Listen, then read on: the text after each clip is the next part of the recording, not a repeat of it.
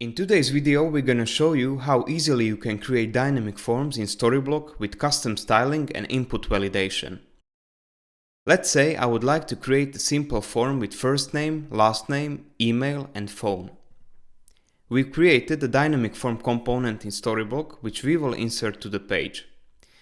We've already styled it, but as we're gonna show you, the styling can be edited easily through Tailwind.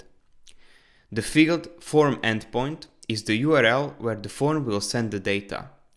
On our local computer, we have a simple JSON server running which we're gonna target. For this demo, we have created a simple input component. It is possible to make presets from the components you have. We're gonna use one of the presets we've prepared. Let's set up the first name input field. As we open the instance, we see the data fields that we are using. The name is the unique identifier that HTML uses for mapping the form data for the server handler. Below that, we can choose what kind of input type we want. We're gonna leave it at the text for the first name field. The label field will set the label of our input field. Set it to first name. The placeholder is what is shown to the user when the field is empty. We're gonna put some text there. And now to the exciting part, form validation. Our codebase uses the package called validate for providing validators. We are using its built-in validators which we map on Storyblok.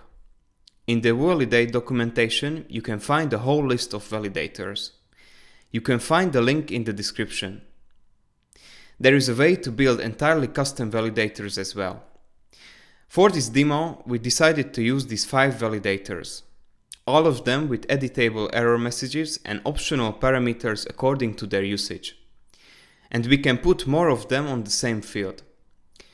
We want this first name field to be required, and we're gonna set a custom error message as well. Also, we want to show you the minimum length validator. Let's say the name must be at least 2 characters long. We can customize the error message here as well. Now, we can try out submitting and see if it lets us submit.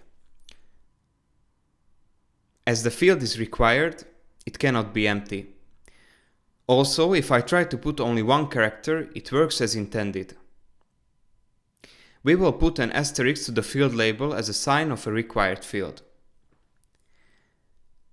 Now we will progress to the last name field. It will have a similar setting, just with changed name.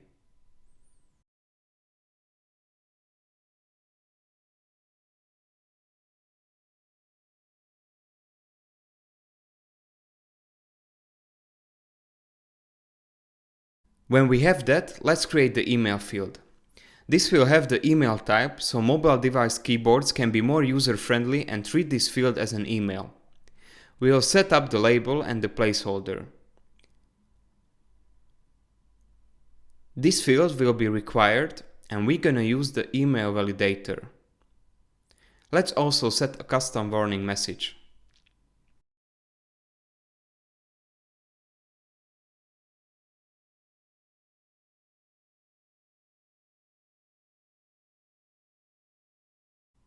The last field is gonna be the phone number. This won't be required, but when filled in, it will need to have a length of 9 characters and all of them numbers. So we will set up the min and max length with their custom messages. Now we select the numeric validator which accepts only numbers.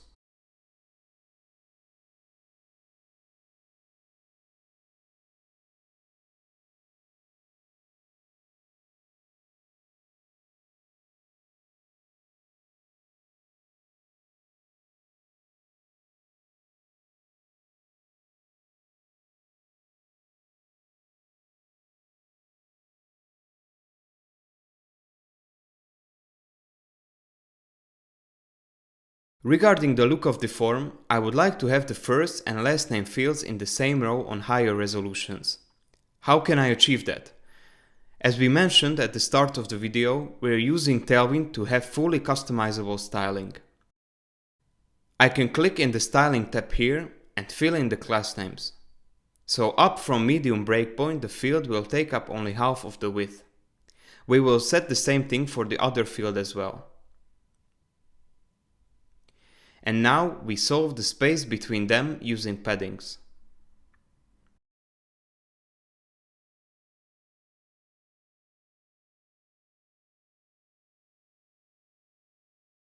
When we move between the mobile and desktop views, we see the difference. Let's say that we want to change the color of the submit button as well. It's doable the same way. We just find the field for the button class, and let's switch the default and hover background colors to green.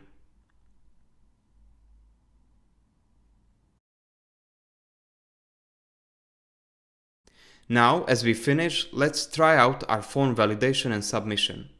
We're gonna fill in our first and last names.